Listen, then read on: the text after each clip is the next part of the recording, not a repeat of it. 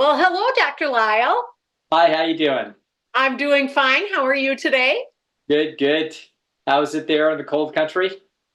It's cold and damp, not as snowy as usual in the Midwest here. In fact, there's no snow right now, which is unusual for this time of year. How about Yes. for you out in California? That's it. We're raining and we think we're cold because it's like 58 degrees, but that's just life. So it's pretty not too bad here. Okay, that sounds good. Well, I'm really excited to have you here again for our fourth episode of Eat When Hungry. And this particular episode is going to use as a springboard for some ideas in the episode, beloved childhood favorite, Charlotte's Web. And there is a song in Charlotte's Web that is called A Veritable Smorgasbord. And this particular song accompanies a scene with Templeton the rat at a fair. And Templeton is a rat on a binge, basically. And so we're going to put in the show notes the clips that you could watch to give context for this, but it is also it is also just fine to follow along, and the ideas will be clear whether or not you see the video clips or not. And so with that, we are going to launch into a discussion on binge eating in particular, which for me is a very personal issue. And I'm going to just share a screen here because binge eating is something that I have struggled with. And just to give our viewers context here who may not know my story is that I have lost, depending on the day, about half of my weight, sometimes a little bit more, sometimes a little bit less, although rarely a little bit less. So I tend to be pretty conservative in talking about numbers, but that's a substantial amount of weight. And part of that is because I was a binge eater, and it's not something that has totally gone away. It is something that I still struggle with. And so I think the picture gives that context. And so I thought I would start by sharing that. And I'm wondering if you can give a little bit of background about yourself, since we can't assume that our viewers know everything about either one of us as they are, joining us today. Sure. Yeah, I'm Doug Lyle. I'm a psychologist, and what Tanya and I discovered is that we have a sort of similar backgrounds in terms of we're both in the social education, social psychology kind of arena, with Dr. Lyon here being someone who's more systems oriented and more systems education, and mine is more individual, sort of one-on-one. And so those two things, it's useful to have those two things sort of working together. And in this series that we've done, we're going to see her systems thinking along with all of our thinking through the mind of individuals and how it is that they go about doing what they're doing. So this is today as we look at Templeton the rat and look at his dilemma and his behavior. We're going to see echoes of humanity in there, as well as echoes throughout the animal kingdom. So what we're going to be seeing is, or we're going to be tracing and hearing essentially the shadows of our own ancestry in this, and also the phenomenon that he winds up in a circus with unbelievable artificial bounty that just leads him on a huge binge. And that is something that I have heard, that I've heard that story told 1,000 times by my clients over the last couple of decades. Yeah. And I will say that it's something that I think, as I've been starting to work with people in this space as well, as I hear the shadows of binge eating in a lot of people's stories. And sometimes people have a really hard time saying that they binge eat, but it's something that is in the shadows, and it's something that I can understand in my own personal journey, because it's not something I ever talked about ever with people, but it's definitely something that causes a lot of individual pain and a lot of shame. And I think there's a lot that we can learn through this discussion, and I'm hoping that we can focus, as we think about the Templeton the rat, we can focus on kind of two angles of it. One would be the physicality of the binge, and then another would be taking the leap to then helping people understand that this is not something that they should have a lot of shame about. And so if we can delve into that, I think it would be a great place to start. I know I've heard you speak about rats before, so let's just start with a broadly speaking question around why rats and what can we learn from rats, based on some of the science that you know and some of your observations that you've gained over the years. Yeah, there's many reasons why a lot of research is done on rats, and one of the reasons is that they share a remarkable amount of genes with humans. So we actually, their structure isn't too much different. So you've got a heart and the lungs, and you've got kidneys, and you're in your brain. Literally, the ways that your brain is built, the sort of architecture of the brain of a rat is not that much different than the architecture of the brain of a human. So when they started looking for things like feeding centers in the human brain, the first place they looked was in rat brains. And so they were able to find little bundles inside of the hypothalamus, bundles of neurons that were the controlling centers for aspects of feeding behavior. And you will find that, in fact, those very same bundles exist in humans in exactly the same general location, and they work exactly the same way. So that's why obviously that would also be true of other animals, but other animals are way slower growing, and so this is animal rights issues that have to be respected and are as much as possible, but incredibly valuable things can be learned from studying rats. Mm. And many of the experiments are not at all harmful or unpleasant, but they're still illuminating. And one of the most illuminating ones was the study of taking rats that are raised on normal, healthy rat chow, and then for 1 month, letting them eat all the junk that they want. And if you do that, you find an extraordinary thing happen, and which is that they get fat. They can gain a great deal of weight in 30 days if you give them Oreo cookies and McDonald's French fries and little chunks of chocolate and cheese. In other words, you give them everything that human beings love to eat, and sure enough, the rats' taste buds aren't that much different than yours, and they love the same things that you love, interestingly enough. And so after you do that for a month, you will find essentially the beginning edges of all of the major diseases of human civilization. So you'll start to see high blood pressure, you'll start to see insulin resistance and diabetes, you'll see obesity. All of that will start taking place, and you'll be able to see it happen super rapid because the rat's life cycle is a lot less than others. So in 30 days is like 6 months to them. So as a result, they can do a lot of damage with their knives and forks in 30 days. And then what's interesting is that if you then take that food out of the cage and put the healthy food back in, the most normal rat of the group, the average rat will not eat for 14 days. They will absolutely go on strike and just say, no, I'm waiting for the good stuff. Thank you very much. And so you're basically seeing behind that the difficult time that people have stopping eating the rich food.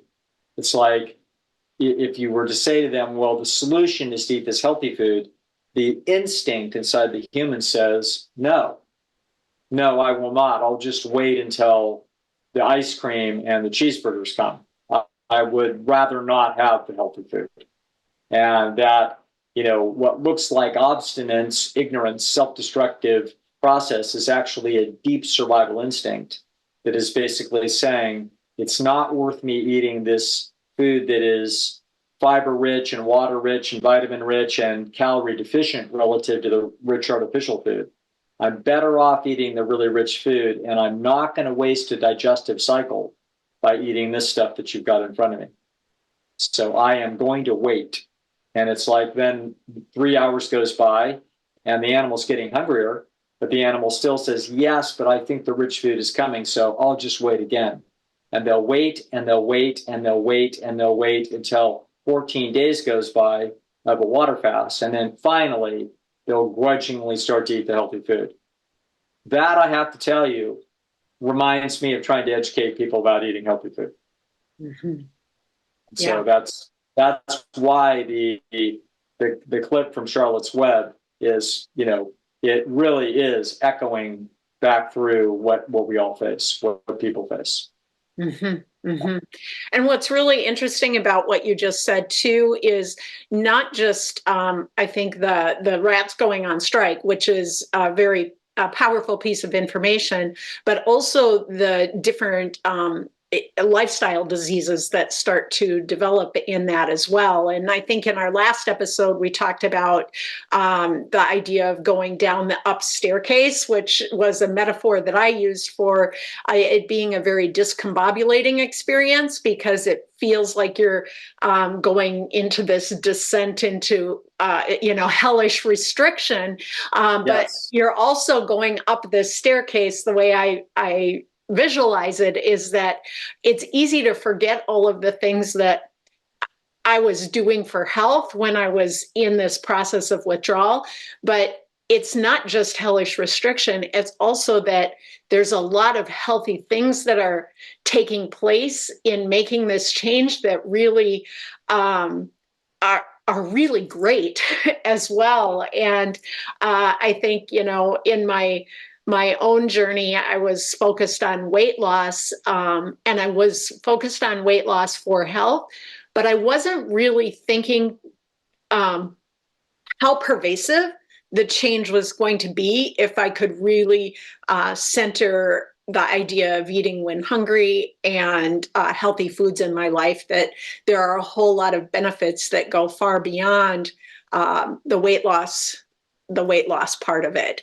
And I think that what you just described really speaks to that, and might provide some insight and some motivation for people to think about kind of wrapping their arms around, getting healthy and that sort of thing. So as you think about this, the binge and what we saw Templeton do and that sort of thing, are there any pieces of advice that you have that would benefit people as they're working to get their arms around binge eating in their own life? Because it's, as I think both of us talked about, something that people struggle with silently, or they don't necessarily share widely and broadly in at least in the circles that I'm in. So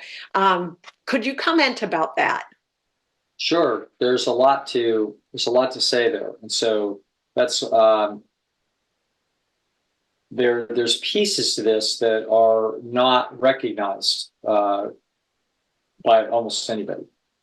And that is that, so you have to look at, I'm trying to think of a metaphor for this. I can't come up with one off the top of my head, but there are components of this that go together. And so let's talk about, the first place I start looking at clinical problems is that almost always the fundamental root of what it is that we're looking at, a clinical problem, is some situation is in a person's life when they can't manage to execute on a behavior pattern that's going to likely to lead them to success. Mm-hmm. So something is getting in the way, either a lack of know-how or the motivational system is somehow haywire. So they're addicted to alcohol, they're addicted to cigarettes, they can't get themselves to sit down and do the work that they want to do. They're too anxious to go out and meet new people, whatever it is, there's something that's blocking them. And the first place we look to try to understand what's happening, the correct place to look is to look to Africa. So you want to take human nature back to its roots. And all human beings, all of our ancestors, of everyone that is on Earth today, 100,000 years ago, they were in Africa. And they were all nomadic hunter-gatherers. So they did not have little cities where they had irrigation systems and farming. They didn't have that. So what they did was they roamed around and they followed the water and the game. And they were hunter-gatherers. So my vegan colleagues a lot of times don't like to hear this, but it is nevertheless true. I'm personally a vegan. I think there's benefits for it. But when we look at human nature, we have to understand that human beings are an omnivore. And they're an omnivore that they didn't scavenge a little bit of bone marrow once in a while, once the tigers had left the territory and left the bones. No, we hunted. And we know that we hunted because we've got actually direct fossil evidence of this. So hunting, and so the thing about hunting is ultimately feast and famine. You can go, they didn't only hunt, they were clearly omnivores. So the women folk were gathering up all the vegetable matter all day long, but the men folk went out and hunted. So what they basically are, and what human beings are, is they're the only species on Earth that the male and female actually specialize in the acquisition of different foodstuffs. That is the only animal that does this. And so we are the only animal that has this kind of specialized teamwork. And as a result of that, we have, because of two different types of people, male and female, specializing in two different types of food, one of them animal and one of them vegetable. Because of that, we have the widest palate of any animal on Earth. So as a result of that, what's going to happen is that the vegetable material is going to be relatively steady, but a lot of times challenged. In other words, it's not enough. And the other food that's in the habitat is the animal food, which the men are periodically getting. But the thing is when the men get the food, sometimes they get it all at once. So they may have been working for 3 weeks and getting nothing. And then they kill a big wildebeest. And then there's a feast. So human beings, unlike cattle or Thompson's gazelle, which munch a certain amount of food a day and that's it, human beings were never like that. Human beings, it's feast and famine, feast and famine, feast and famine. And so we have a binge instinct in us. Okay? So that little binge instinct is just sitting right there. All right? And so it's sitting and it binges not on apples. It binges on when the richest food comes into the environment. And periodically, the rich food came into the environment, but it was scarce and hard to get. And then everybody eats it like crazy in the village and it's gone. And then there isn't any more for the next 7 or 8 days. And so that you can just see that instinct that's in the system. And so now with a binging instinct waiting to run into rich calories, now you put that creature in an environment where the rich food is present 24/7, and there isn't any period in between, and the food is actually 3 times richer than the original animal kills that human beings had. It's like a peanut butter and jelly sandwich is vastly higher in calorie density than a bison. And so that instinct that was desperate to occasionally get the rich food is now being put on steroids, and it's available all the time. Mm-hmm. Okay. So you can see this thing was set up for binge eating. And so the modern environment has made this quite a challenge because we're not designed to meter out our low calorie density healthy vegetable material in careful amounts and then suddenly put in this little amount of animal food or richer food, to balance it out. No, that's not how we were designed. We were designed for feast and famine. So we are a latent binge eater And then once you put us in the modern environment, you get Templeton the rat. That's exactly what happens. And it's happened to me a whole bunch of times. I can remember I was about 16, 17 years old. And our family always had, Christmas. We had people over for Christmas Eve, and my mom cooked clam chowder, and it was big, sort of a potluck thing. But there was a lot of rich food there. And I can remember it was actually Christmas. It was the day after. It was Christmas Day, and so the party was gone, but we still had food there for Christmas Day. And I know that it was Christmas Day because I got my parents gave me for Christmas. Somebody, or my sister, gave me the novel Shogun. And Shogun had been a big miniseries with Richard Chamberlain. It was a very beautiful, fancy miniseries at that time in the late 1970s. And I had watched the show, and it was, our family watched that miniseries. Miniseries were new in the world, so this was a really fancy production. Yeah. And it was a beautiful production. And so I became super intrigued with Shogun, and so somebody bought me the novel Shogun. And I read it. And so I'm sort of starting Shogun, and one of my favorite things to do is to eat and read. And I've got all this rich food.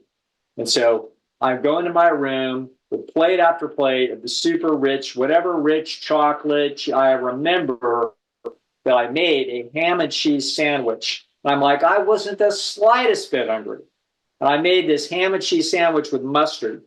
And I was getting all set, and I'm reading Shogun, and I'm eating through this sandwich. And I kid you not, Tania, I got to a place where I basically had to not move. And it's like, Doug, your stomach may burst.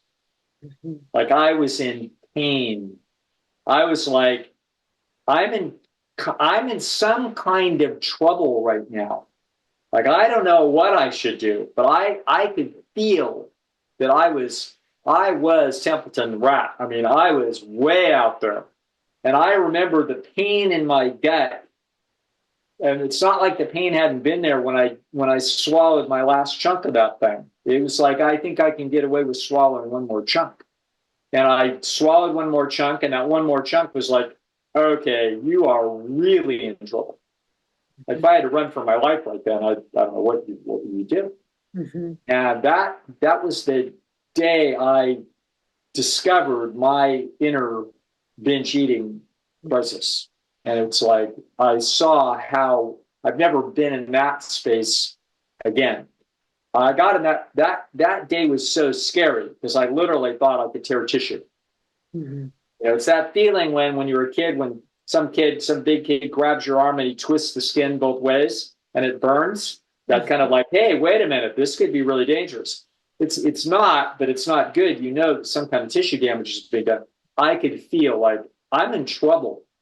And I just sat there and breathed. And, 10 or 15 minutes later, a certain amount of digestion had taken place, and I backed myself away from the cliff. And I'm like, I'm never doing that again. And I haven't. But that's what could have driven it, supernormal stimuli.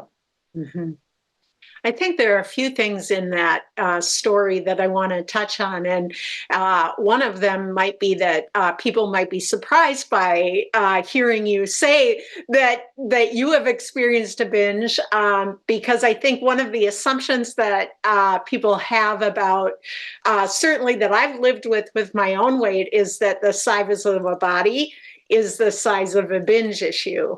And I have heard from people, in fact, it started within the first 24 hours after I released my website just a little bit more than a year ago, when I was really surprised by some of the reaction that I was getting from people that I did not perceive as having a weight issue.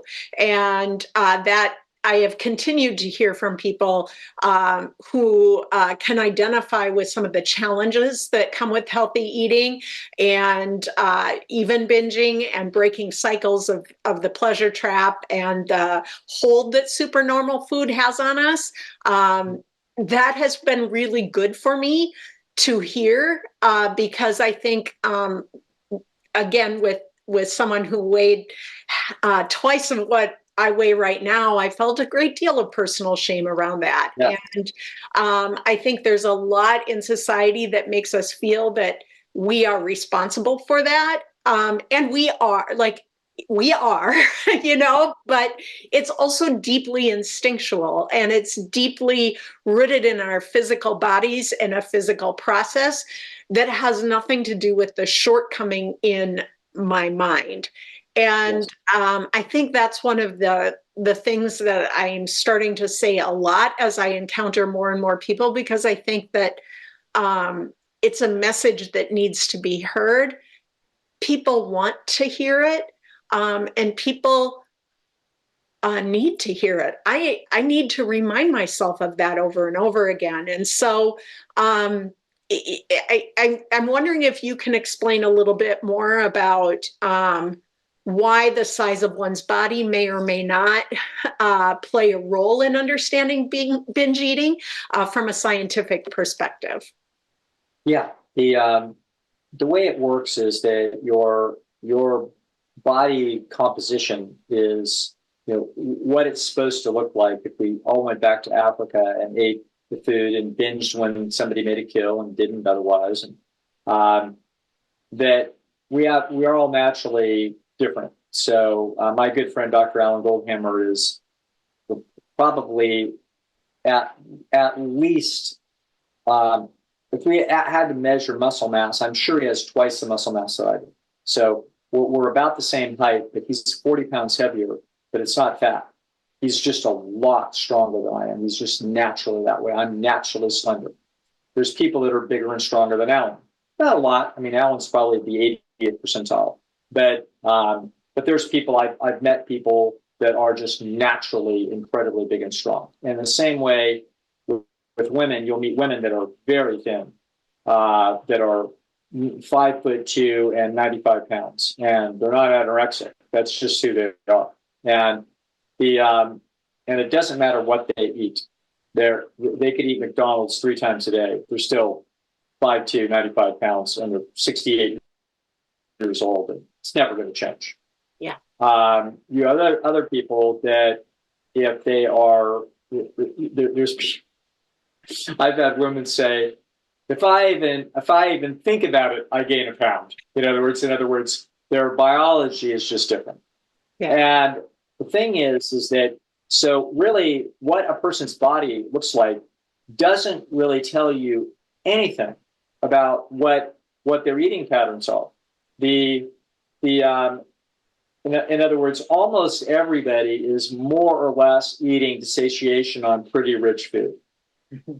And so the person that we see today that's 100 pounds overweight is no more guilty of that than the person that we meet that is 0 pounds overweight.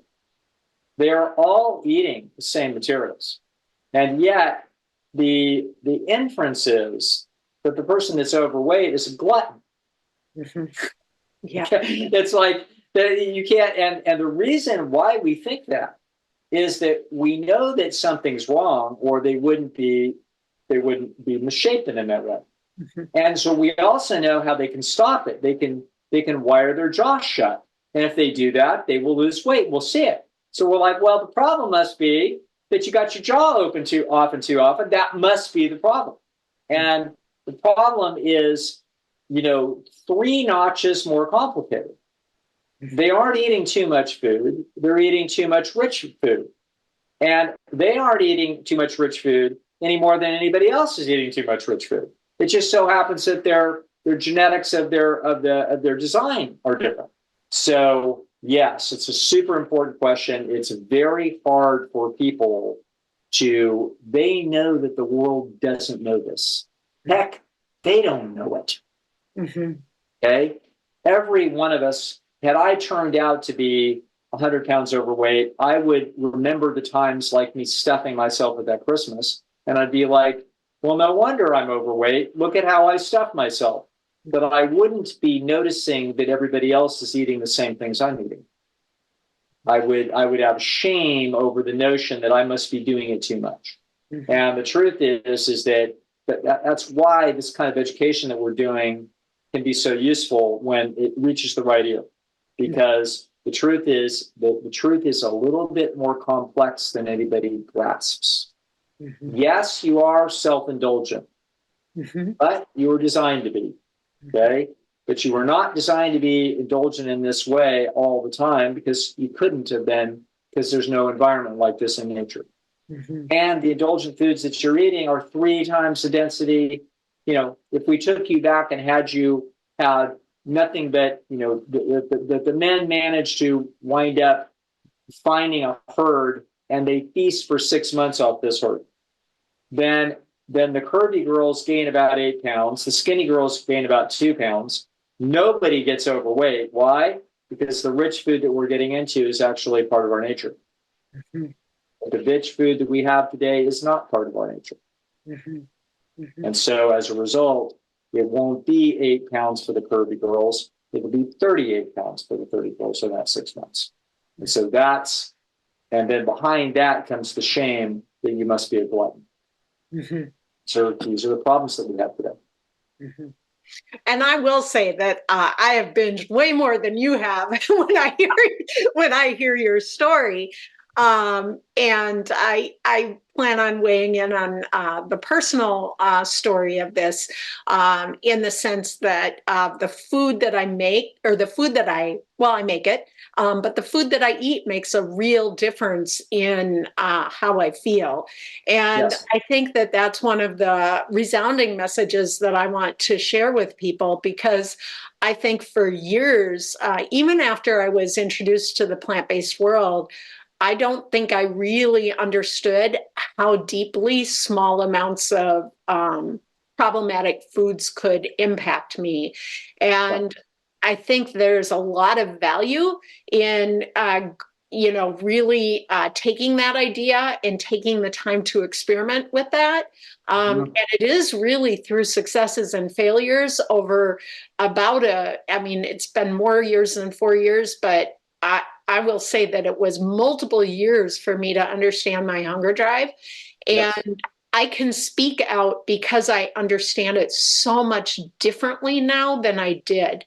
And I know the balances of what I eat. I know the types of food that I should eat and do eat in order to take away the agitation that precedes a binge. And last night I was out to eat with a friend of mine, and I was mentioning that I was doing another taping of Eat When Hungry today, and she was asking some questions around it. And one of the questions really centered around the idea that a binge starts with hunger. And I will say that the vast majority of binges in my life did not start with hunger.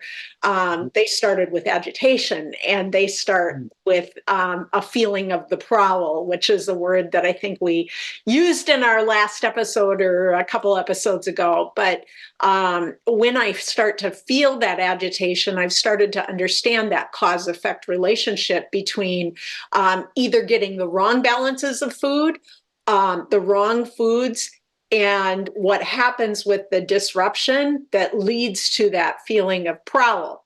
And again, to be clear, prowl for me looks like standing in front of the cupboard or, looking for the richest food. Yes. And generally speaking, my leafy green lettuce is not going to be what I'm looking for at that point. Right. And, but I've also started to understand the pathway to get rid of that agitation, which makes it possible for me to live a much more peaceful life. And one of the stories that I really want to launch into is kind of the story of 2023 for me, which it has been a huge transitional year, not only just being public with my story. It's my first complete year being public with my story, but I also got a different job. And my different job has given me the opportunity to travel a lot more, which has been absolutely fantastic. And it has been a challenge from my hunger drive perspective. And so part of what I was doing getting ready for this episode was really thinking about why travel is so important for me to talk about in this episode. And I've been on a lot of trips this year. In fact, when I counted up the days, just in the past few hours, I was gone almost 1 in 5 days through this year. And Yeah. so that has meant navigating various hotel rooms or various situations where I don't have access to my kitchen. I don't have access to the equipment that I use.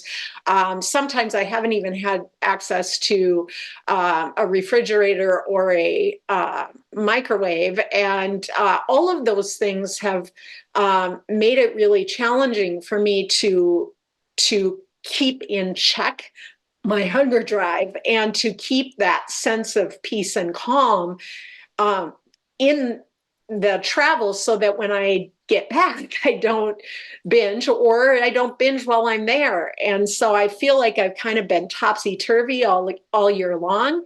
But I am really proud in the sense that I have been able to figure out ways to travel. And I'm still a work in progress on that. But I think that it I have learned this year more than any other year just how delicate that balance is in this food environment. And so, I've had to really come up with some creative problem solving as I have been various places. And I think maybe one of the stories bears telling here, although I could tell a lot of them. And I have like probably 6 or 7 half-written blogs, but Mhm. haven't gotten them finished, but plan to do some writing on that so that it is documented. But the biggest one was in Disney World just about a month and a half ago or so.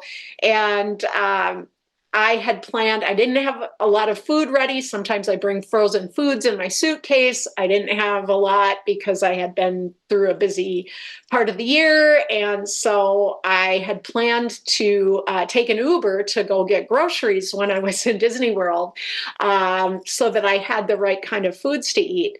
Well, once I got there and started like doing the Uber thing, I realized it was going to cost a whole lot of money to get to the grocery store. And so I wasn't crazy about the wait time or the bill, which I think was like $150 to get to the grocery store, even though it wasn't very far away.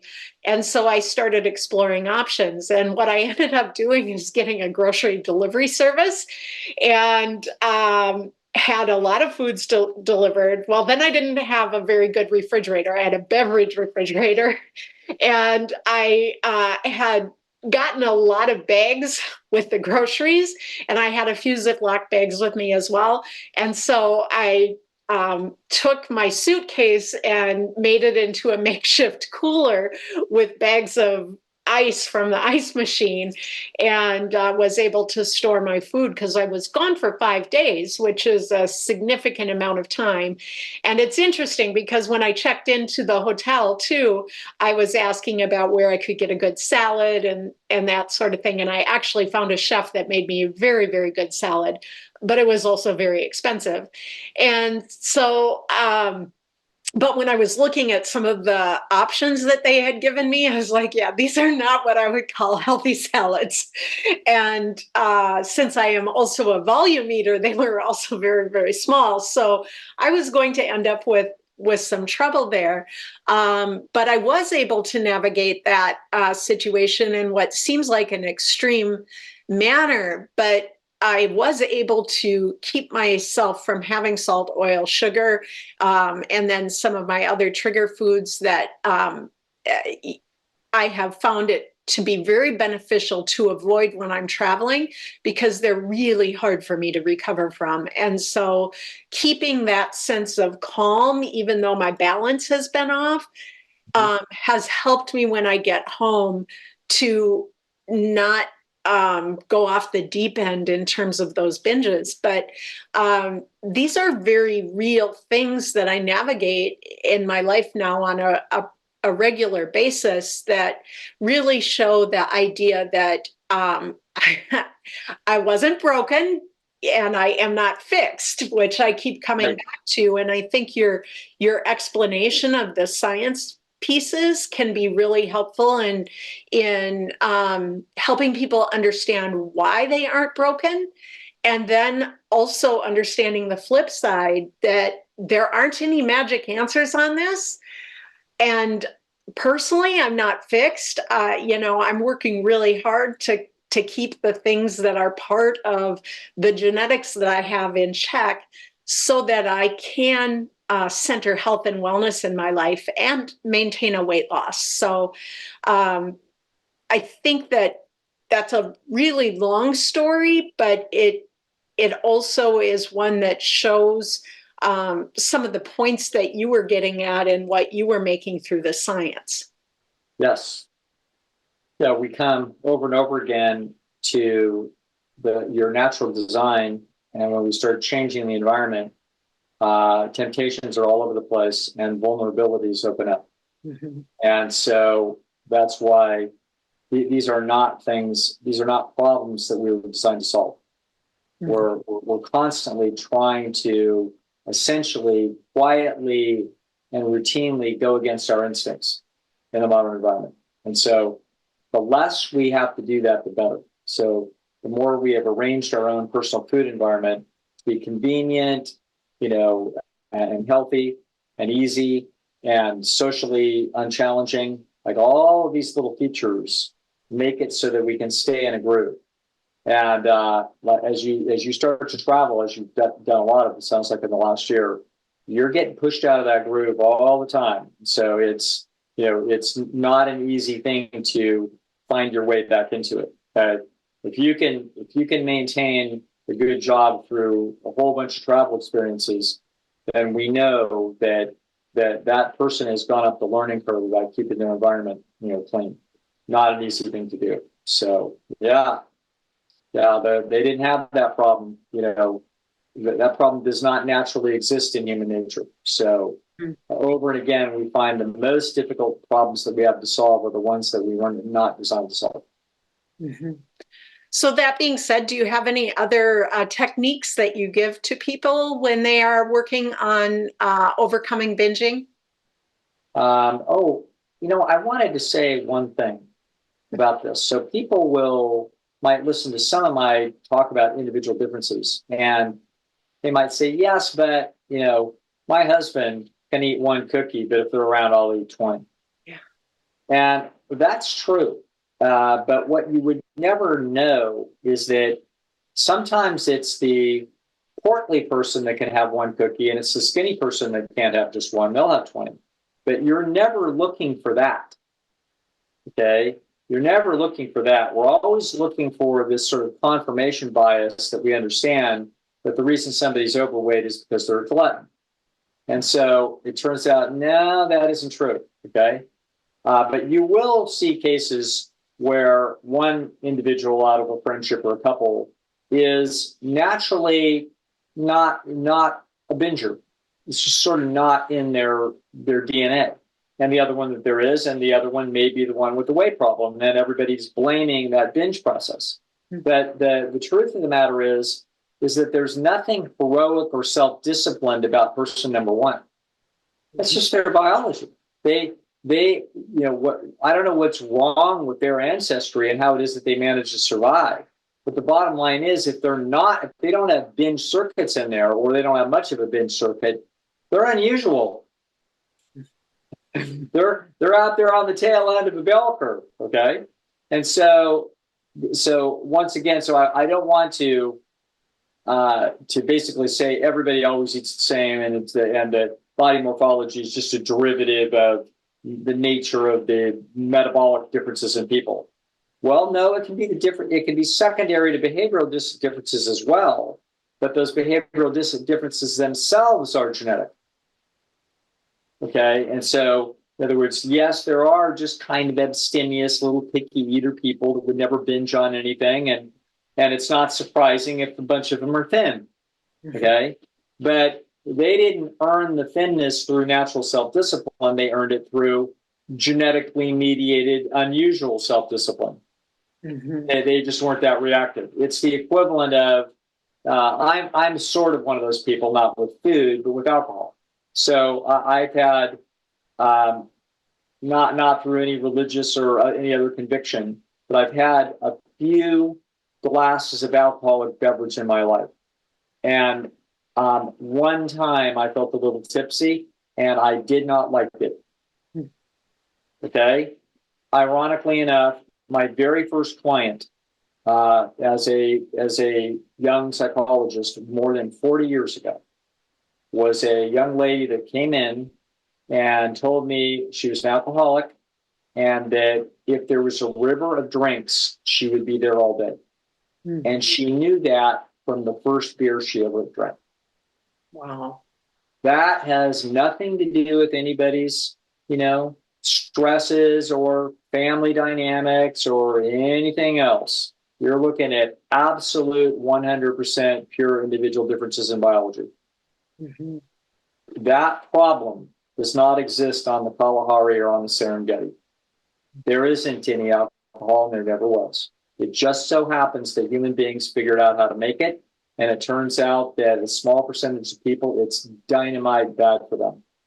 A whole bunch of people, it's mild and pleasant, and it's an enjoyable component of their life. And then there's a few little weirdos on the other side, like me, that are like, nope, don't want any part of it.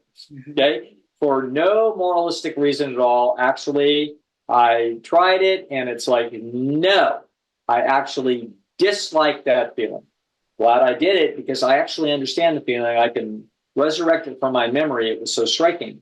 And it's like, I understand. It's interesting that people like to be in that space. I sort of understand it. I can understand it. Obviously, it's endorphins, but I don't share it. It is distasteful for me. In the same way that somebody listening to their son, listening to acid rock, they're like, how on earth can you listen to that stuff? And the son loves every second of it. So individual variation, permeates all of these things. But one thing that we know for sure, as you've said, is a core message that you weren't broken, so you aren't fixed. Mm-hmm. And that's true. And the person that struggles with this is not broken. All you've got is instincts being pushed around by a pathological environment. Mm-hmm. Mm-hmm. That doesn't mean just because there's nothing wrong with you doesn't mean that we cannot fix you. All we can do is work extremely hard at fixing your environment. Mm-hmm. Yeah. Then we can have success. Yeah. And so that is that's the big story that I think we're trying to get told. Mm-hmm. Yeah. And a couple of people have said, notice that I don't necessarily always center, fixing my environment, yes. Is especially noticeable in juxtaposition with your message because you talk about it all the time. But most certainly to succeed, I do manipulate my environment, but it hasn't been the frame of reference or the language that I've used. And I think that it might be beneficial for people to hear kind of how I have framed that. Yes.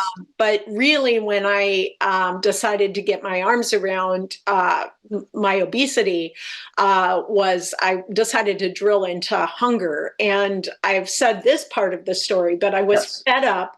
I was fed up with myself. I was fed up with the weight loss industry. I was fed up with failure. I was fed up with not understanding. And so I really drilled into what it meant to understand my hunger drive. And I was thinking about, there were two verbs I was using. One was unravel, my hunger drive to understand what made me obese so that I could address it from the core.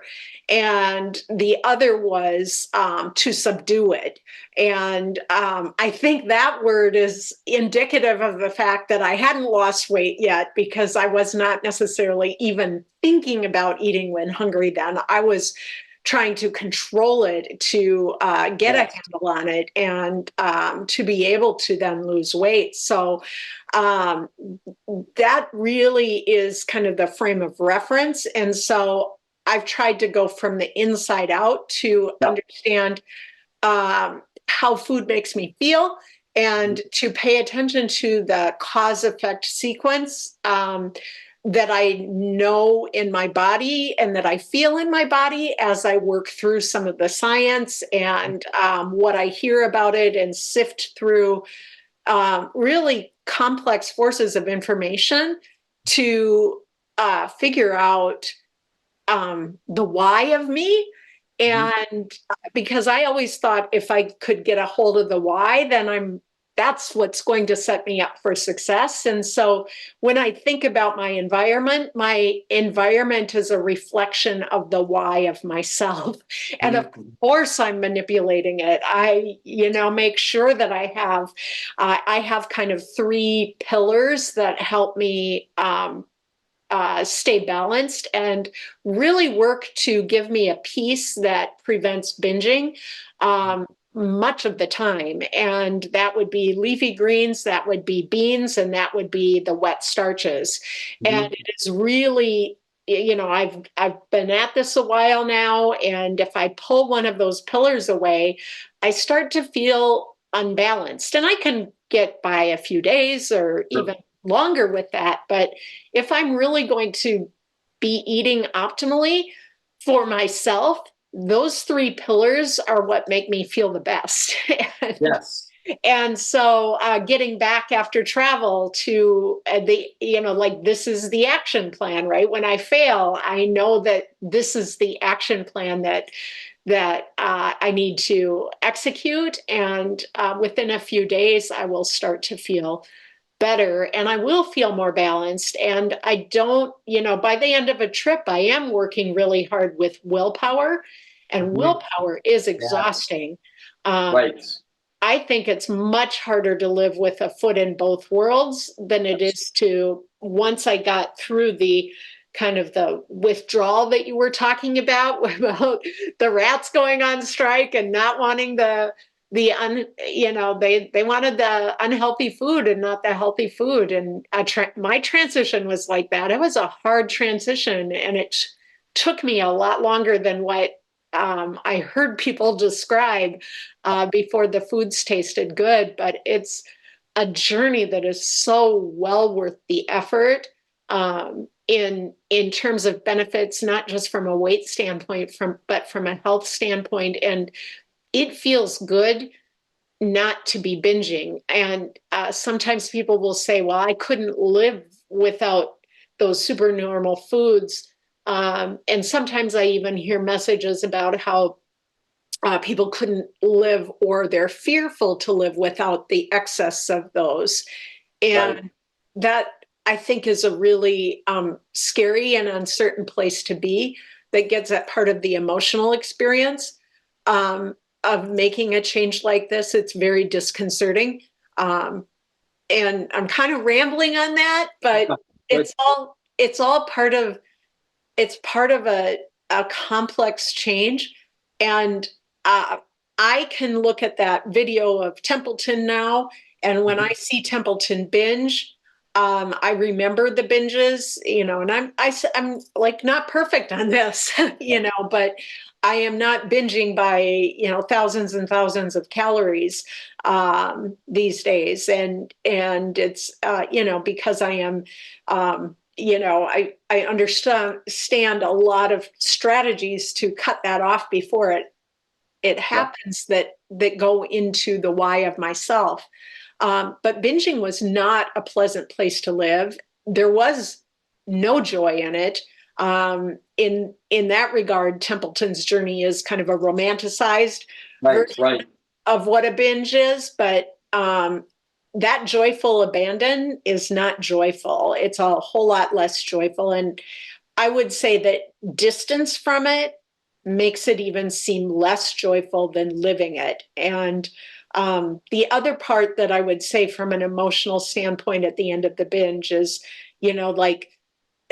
Templeton's experience, of course, doesn't reflect the regret and the shame and kind of self,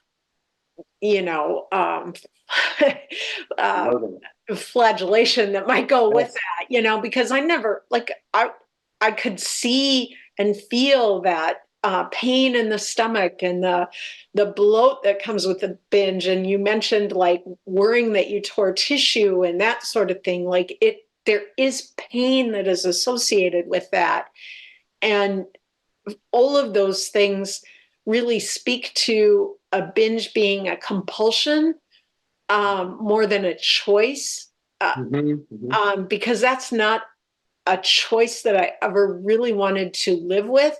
And it's something that over the course of my life, I just didn't know how to control it. And there are so many factors that weigh into that, that continue to come back to the fact that I want to give people like clear and helpful information as we talk about things, but not oversimplify this process. Because as I think about what I've done in order to get a hold of binge eating, it truly is one of the most complex processes that I have engaged in my life. Mm-hmm. Yeah. Yeah. Yeah. You're bringing something up, and you're bringing a little different angle to the way I generally discuss it, and there's more than one reason why I haven't discussed things in that way, and that is, first of all, the most important thing that I want people to understand is, as you would say, I never used these words before, but you're not broken, therefore we can't fix you. The fix is in understanding the enormous pressure that your environment is putting on your natural instincts. Okay? So therefore, as I've said, hey, work harder on your environment than you do on yourself. Yeah. However, and then if we start to talk about the emotional processes, problem is people have heard so much about emotional processes, they think that those are the cause of the trouble. It's like, no, they aren't the cause of the trouble. The cause of the trouble are these instincts that evolved in Africa that have now been misplaced to San Jose. And so that is the problem. Now, the interesting thing about this is that there are important shifts and vicissitudes in your emotional process as you go about this. Mm-hmm. And one of the things that you're speaking to that's very important is, and Alan Goldhammer talked about this a long time ago. He gets so repetitive in his message. I understand why. You get to be old enough and you've said it enough times, like, I'm just going to keep saying John McDougall can sound the same as he did 30 years ago. It's like we just have a message. But Alan used to argue, and has been over this ground, obviously, with thousands of people, that the changes that you'll find when you're paying attention, there's a lot of little subtle messages, both emotionally and physically. Mm-hmm. And those we don't talk about. And it's like, yeah, I would tell you about it, but if you haven't done it yet, you're going to have to find out for yourself. And they're going to be highly individual. Mm-hmm. So, but they're there. And it's exactly what you're talking about. Like one of the reasons, I'm happy to do this series with you is that I know, when I talk to criminals, which I spent 15 years talking to criminals about their crimes and all kinds of stuff. And the thing is that some of them were trying to pull one over on me because they were trying to get a deal with the judge, and I was between them and the judge. And when I would hear a story, I would know, what? I just heard a whitewashed version of this story that abdicated all responsibility and maneuvered it around. You know what I mean? I could hear that 1,000 miles away. Not early, I couldn't. Early, before I knew what I was looking at, I would sometimes come away pretty well convinced from a well-told prisoner story. But as I got older and more experienced, it's like I could ask the questions, and I could also hear details that told me, oh no, that was the journey. Mm-hmm. That's who that person is. That's the mistake that they made. These are the reasons why they made it. And they understand it barely themselves even now. The only thing they can do is tell me the truth about their internal experience. And I found some amazing stories, some beautiful, sad stories about mistakes that were made by very good people. That when we brought the entire context in and understood it, and they would see it for the first time, like, oh, I didn't see that factor. That's why I did this. Okay. And so, in the same way that when you tell me stories about how when you come back, that there's these three pillars and you keep returning to them and that you start to feel better, that is exactly the truth. Like, I know that. I've lived it. I understand it. And so I know I knew anyway, because I knew enough about you. I knew that your story was authentic, but the beauty of having someone who has actually really walked a trail and really knows the trail is that when they start telling you their stories fit together perfectly. Exactly like a criminal who tells you totally honestly about everything that happened. And it's like, yeah, and then George told me this, and I thought that, because he said that, I did this. It's like, of course, that's why you did it. There would be no other reason why you took that action at that moment. And now you're telling me why you did it. I wouldn't have ever known why you did it. But now you're telling me your Uncle George told you that. And it's like, that's why. And so that is when you cross-examine people about anything, you'll find that if they're telling you the truth, there's a gravitas.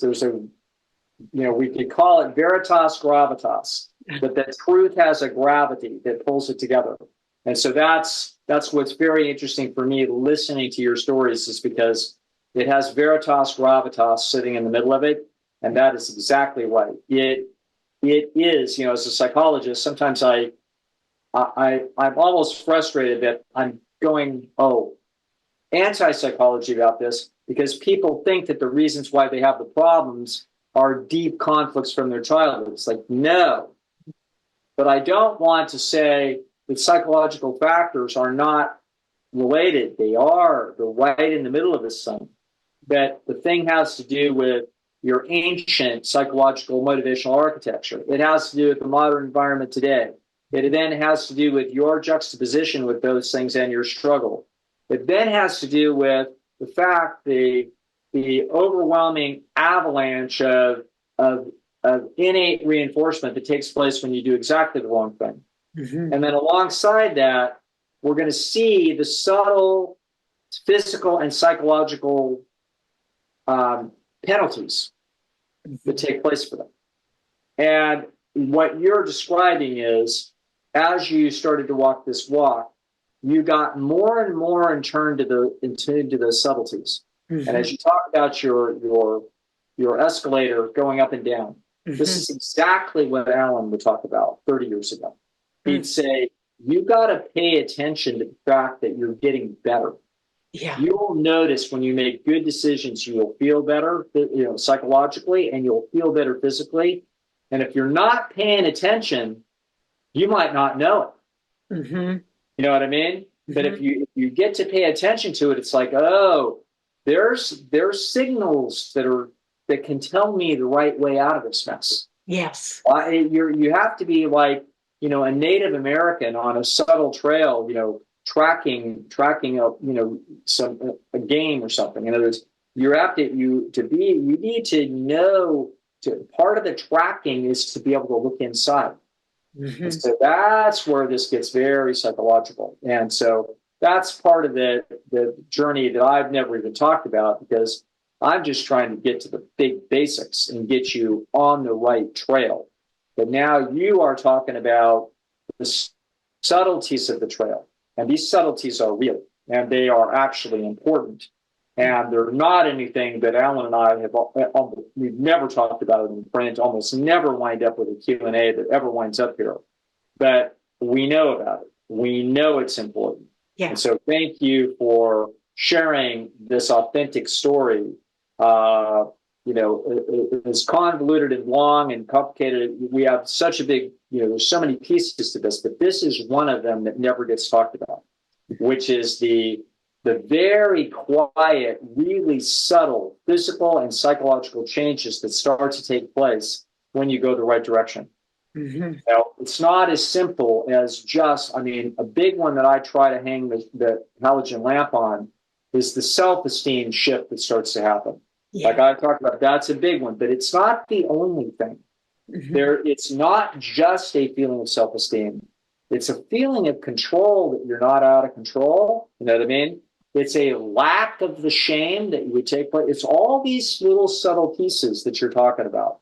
And I also like how you explained that, you know, when you come home, it can be a while before we get all the pieces of the pillar back moving. You know what I'm saying? Or to get my whole system back into, and it might take a few days. It's like, yeah, now a few days, now I'm all back into the groove. The justice system is working, everything's working right. I'm sleeping better, whatever it is. You start noticing I'm back on track. Those are, it's great. It's great description and you know, and exploration of some of these subtleties.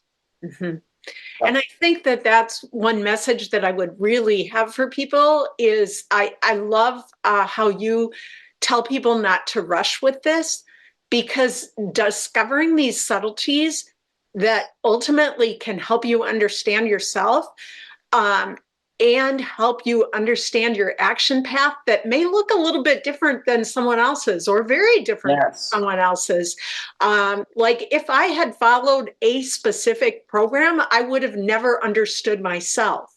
Now, that being said, I took from this program, from that program, from that program, from that program, and it was the learning composite combined with taking the time to pay attention to you know, sometimes just one change at a time, and continuing to keep an open mind to what that change did in me, and to pay attention to the subtleties to learn from whether they were successful or not successful, because that really, I think, helps me be successful in the long run, is understanding when those subtleties fail, when they succeed. And a long-term experiment made up of many action steps is going to be part of that unraveling. And I think if people can feel it from the inside out, they stand a much better chance of success than trying to, you know, orchestrate this from the outside in. You know, I know that sometimes people have or say they have the motivation from the outside in, or the appearance and that sort of thing. Certainly, I've always wanted to not weigh twice of what, you know, what I weigh right now, but motivation around appearance wasn't enough. It really had to be from the inside out, and it had to be around health and wellness, and it had to be around making uncomfortable changes. And sometimes when I speak about mindset, you know, mindset is really interesting around making these changes, because sometimes people think they can make all of the changes they need with mindset alone. And that's not going to help them with the deep-seated physicality of the binge that is located deep within them. And so mindset alone isn't going to help these changes, but none of the changes are possible without a mindset and without thinking through things that are in that psychological dimension as well. So I just really appreciate the fact that you are willing to, you know, share your experiences, and that we can continue to get some of these ideas out there for people's consideration. I will say that I am meeting more and more people in this journey, and I'm working with some people currently who are working really, really hard to unravel these things for their own life in ways that will give them better realities. And they're beautiful, wonderful people. And it's a tough, tough journey. But it's a beautiful journey, and it's one worth making, because again, it may feel like this hellish restriction, but there are so many good things that come out of it as well. So I want to just take one moment and share my screen one more time here, because I think that this might relate to today's discussion. this is you had mentioned my systems pieces, and Mhm. I wasn't sure if we would cover this or not, but I've worked really hard to name the ongoing mental processes that are required to make a change. And this is my shadows framework. And, it starts with naming my shadows. And if I apply that to binge eating, that was a shadow I could never name. And it was a private shame that I never spoke until very, very recently. Naming binge eating and facing binge eating were two different things in me. So, for some it might not be, but these are not necessarily things that happen sequentially, although there is a sequence to them. But hopefully today people can understand binge eating a little bit differently, because at least when I understood binge eating, and I'm seeing this in other people as well now, when you understand it differently, you can fight it. And then you build your arsenal of strategies to override that system that is within us, whether it be overeating or binge eating, those types of things. And I think reframing is an ongoing part of it. I, again, could not speak about binge eating if I hadn't reframed my understanding. And then sometimes I've had to reframe my understanding of myself and what it is that I can and cannot do as well. And so that is, this, I think, reframe is a really important part of the process, because when you fail, what can you learn from that failure? And then when all things go well, I feel like it's effortless and I transcend my shadows. But I say that I don't live there very long. Any trip that I take, I will lose transcendence on those travels, because I can't keep my routines that help me succeed. But understanding this as a process that I go through again and again in handling the I am not fixed part of the the kind of one of my primary messages. This framework might help people go through some of those mental processes and understand that these are ongoing things, and that if they want to continue to improve, that they will experience these. And knowing when I have to name things or face things or understand things differently, sometimes I do need to seek that information, more information about something. And then some days I fight harder than others. And then, when I fail, I always try to keep a mindset piece around failure as feedback. So what is it that I have to learn from that? Instead of despairing from failure, reframing it into learning, so that ultimately, on good days at least, that I can transcend those shadows. So I thought that this might be a good time to share those ideas, so people can think about them. No, that's a really good summary. It's exactly what we're talking about. So, Grand. Well, thank you for having me again. yeah, thank you for being here. And I hope that you get out of the damp cold soon, Yes, you got it. and hopefully we'll be able to do another one of these again, and sometime soon. Fantastic. All All right, right. Tanya, thanks for having me. Yeah, thanks for being here, Dr. Lisle. You bet. Yeah, bye.